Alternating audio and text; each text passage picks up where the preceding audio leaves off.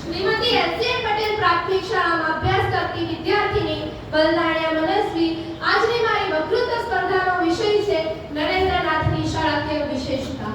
ધન્ય ધન્ય આ ભારત ભૂમિને, ધન્ય ધન્ય આ ભારત ભૂમિને, ધન્ય ધન્ય એ રામકૃષ્ણ પરમહંસને, જેણે આપ્યા આપણને સ્વામી વિવેકાનંદ જેવા શિષ્યો, જેણે આપ્યા આપણને સ્વામી વિવેકાનંદ જેવા શિષ્યો.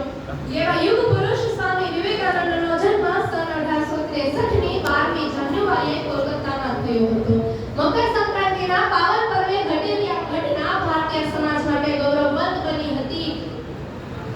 આ બાળકના દિલમાં અંકુરિત પામેલા સંસ્કારો બીજ સદીઓ સુધીના માનવજાતને અને યુવાધનને પ્રેરણા આપનાર વડ વૃક્ષ બનવાના હતા. સુસંસ્કૃત સરદારી ભુવનેશ્વરી દેવી અને વિદ્વાન પિતા વિશ્વનાથ દત્તના ઘરે પાંચમા સંતાન તરીકે નરેન્દ્રનો જન્મ થયો. વીરેશ્વર મહાદેવની કૃપાથી પુત્ર રત્નની પ્રાપ્તિ થઈ હોવાથી શરૂઆતમાં તેમનું નામ નરેન્દ્રનાથ પાડવામાં આવ્યું. તેઓ કોલકાતાની જનરલ એસેમ્બલી કોલેજમાં અભ્યાસ કર્યા. ત્યાર દાખલ થયા ત્યારે સ્નાયુબદ્ધ શરીર, ટટ્ટાર મુખ મુદ્રા, પ્રભાવશાળી ચહેરો અને વિશાળ આંખો જોઈને ભલભલા પ્રભાવિત થઈ ગયા. તેઓ અસાધારણ બુદ્ધિમાન વિદ્યાર્થી હતા. અભ્યાસકાળ દરમિયાન તેઓ કડક બ્રહ્મચર્યનું પાલન કરતા હતા. તેમની સંગીતમય વાણી અને પ્રભાવશાળી વાણી સાંભળવા સૌ અધીરા બનતા હતા. પાપણ ઝૂકે ને તમને નમન થઈ જાય, પાપણ ઝૂકે ને તમને નમન થઈ જાય, મસ્તક ઝૂકે ને તમને વંદન થઈ જાય. હું એવી નજર ક્યાંથી લાવું કે યાદ કરું ને સ્વામી વિવેકાનંદના દર્શન થઈ જાય, યાદ કરું ને સ્વામી વિવેકાનંદના દર્શન થઈ જાય. સન 1871 માં 8 વર્ષની વયે તે પ્રખ્યાત પંડિત ઈશ્વરચંદ્ર વિદ્યાસાગર મેટ્રોપોલિટન ઇન્સ્ટિટ્યૂટ નામની સંસ્થામાં દાખલ થયા. રમતગમતનો નરેન્દ્રનો શોખ અતિશય પ્રબળ હતો. તેઓ કેટલીક વાર તો વર્ગખંડને જ રમતનું મેદાન બનાવી મૂકતા. જ્યારે વર્ગખંડમાં પાઠ ચાલુ હોય ને ત્યારે તે પોતાના મિત્રોને ટીખાથી અથવા તો રામાયણ અને મહાભારતના પાત્રો કહીને આનંદ અપાવતા હતા.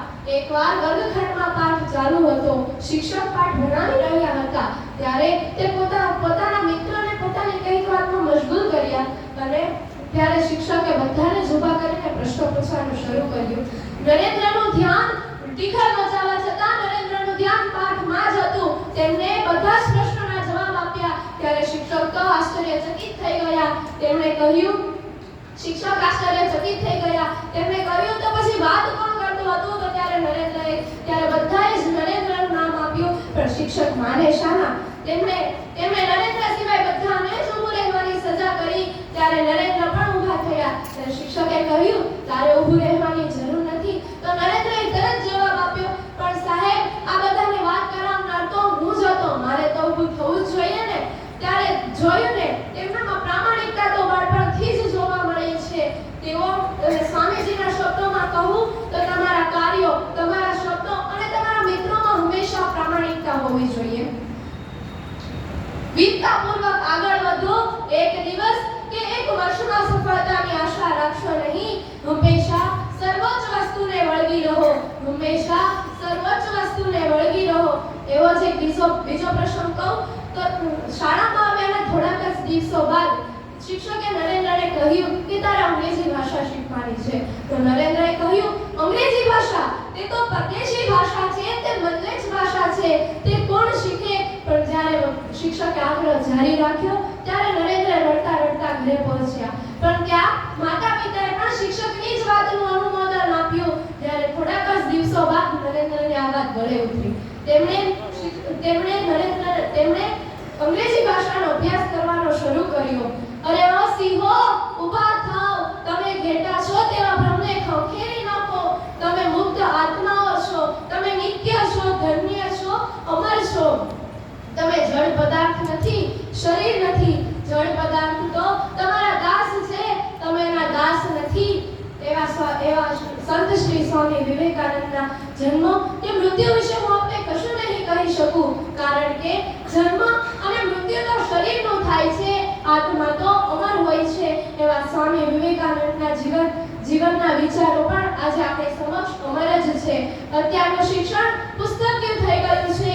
શિક્ષણ મૂલ્યનિષ્ઠ હોવું જોઈએ. સ્વામીજી કહે છે, કેળવણી એ કોઈ માહિતીનો ઢગલો નથી, કેળવણી એ કોઈ માહિતીનો